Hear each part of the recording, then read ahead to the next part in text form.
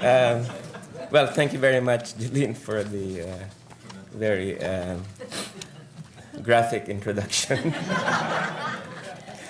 I yes, I was in Seattle and I was beaten up by a policewoman, but I'm not going to tell you what I said while I was beaten up by a policewoman. But in any event, I'm very happy to be here with old friends, comrades, friends and old friends and old faces that we haven't seen for years, and young faces too. I was telling Risa just a few moments ago that I think, Risa, you're probably a generation younger than all of us here, and she said, yeah, it looks like it.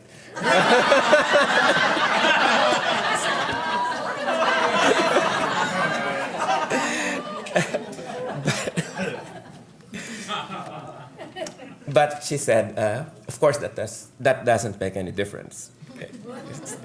So let me first of all express my appreciation for your inviting me to this 30th anniversary of the murder of Jean Viernes and Silme Domingo, two heroes of the U.S. working class and the Filipino community. As a member of KDP, I was privileged to have known Jean and Selmy, though perhaps not as intimately as many of you in the Seattle community. I remember two people who were determined to rid Local 37 of gangsters and yellow unionism, but also individuals who were intensely committed to the Filipino people's struggle to rid their country of the Marcos dictatorship. There were many people who were not with us last night. So I would just want to, because I promised that I would repeat this, that talking about the Marcos dictatorship, I did not anticipate, that about 25 years after the overthrow of the dictatorship, I would be in Congress with Imelda Marcos. In fact, part of the same administration coalition with Imelda. No, she is not part of the minority GMA-led coalition. But I spend much of my time in Congress trying to avoid her because she takes every opportunity to try to recruit me into her committee, and this is the Committee on the Fulfillment of the Millennium Development Goals of the Philippines. As we all know, she was a very good choice to head up the Committee on the Millennium Development Goals, since after all, her husband and her contributed very much to bringing us out of poverty and having our country reach the Millennium Development Goals by 2015. Of course, I'm kidding. In any event, the country was rid of the dictatorship in February 1986, but the next quarter of a century was not an easy one. Electoral democracy was reestablished, but the old oligarchic class structures reasserted themselves.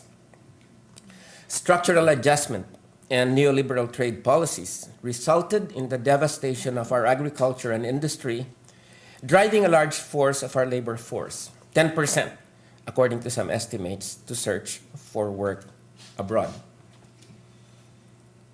Unbridled corruption, especially during the 9 years of the Arroyo administration, left government coffers empty and people extremely distrustful of politicians. The coming to power of the administration of President Benigno Simeon Aquino III, after Mr. Aquino's massive win at the polls in 2010, gave our people tremendous hope and expectations that a new era was at hand.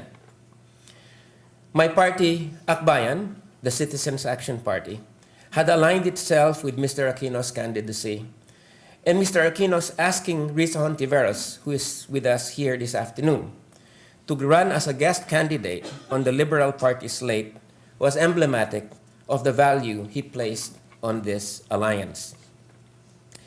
We in Akbayan supported the coalition that brought Pinoy to power because this coalition had a strong reform agenda based on two pillars: ridding the country of corruption and tackling the country's enormous poverty problem. Two pillars which could serve as the basis for more comprehensive reform. Our presence in government was a sea change for our party, for ever since we participated for the first time in the electoral process in 1998, we had been, for the most part, a party in opposition. Indeed, we had been unrelenting in our efforts to expose the corruption of GMA and her effort to change the Constitution in order to perpetuate herself in power. Now, we were confronted with the challenge of being part of a coalition in power, of having our people in Congress and in the executive who were expected to deliver concrete reforms. It has not been an easy first year.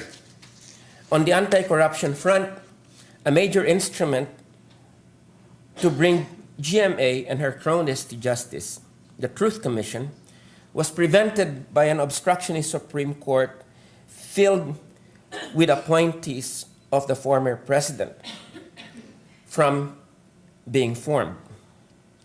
More important, the ombudsman, Mercedes Gutierrez, stood like an immovable stone, blocking all efforts to investigate and prosecute the former First Family and their accomplices. Until she was removed, the anti-corruption campaign would be stalled. This is why we, in the administration coalition in Congress, devoted so much time and effort to impeaching her, which we finally succeeded in doing in March of this year in a historic lopsided vote. Rather than be prosecuted in the Senate, Gutierrez resigned. This has paved the way for using the office of the Ombudsman to bring Mrs. Arroyo and her cronies to justice. Meanwhile, prosecution of the notorious NBN-CTE broadband scandal principals is moving. Cases have also been filed against GMA for the diversion of funds of the Overseas Workers Welfare Administration and the Department of Agriculture to her and her cronies' personal coffers. The Bureau of Internal Revenue is bringing former presidential son Mikey Arroyo to court for massive tax evasion. As Jolene said in my first privileged speech during the 15th Congress, I said that Mrs. Arroyo, who had joined us in the House of Representatives as Congresswoman of the 2nd District of Pampanga, had no business being in Congress and that she belonged instead to the new Bilibid prison in Muntinlupa, 20 kilometers away. For this speech, as Jolene also said, I was accused by GMA's allies of violating parliamentary courtesy and brought up before the House Ethics Committee. But however the case against me fares in the House Ethics Committee, I am now so much more confident after all these developments that justice will be meted out and that in the not too distant future, we will see former President Arroyo in Muntinlupa.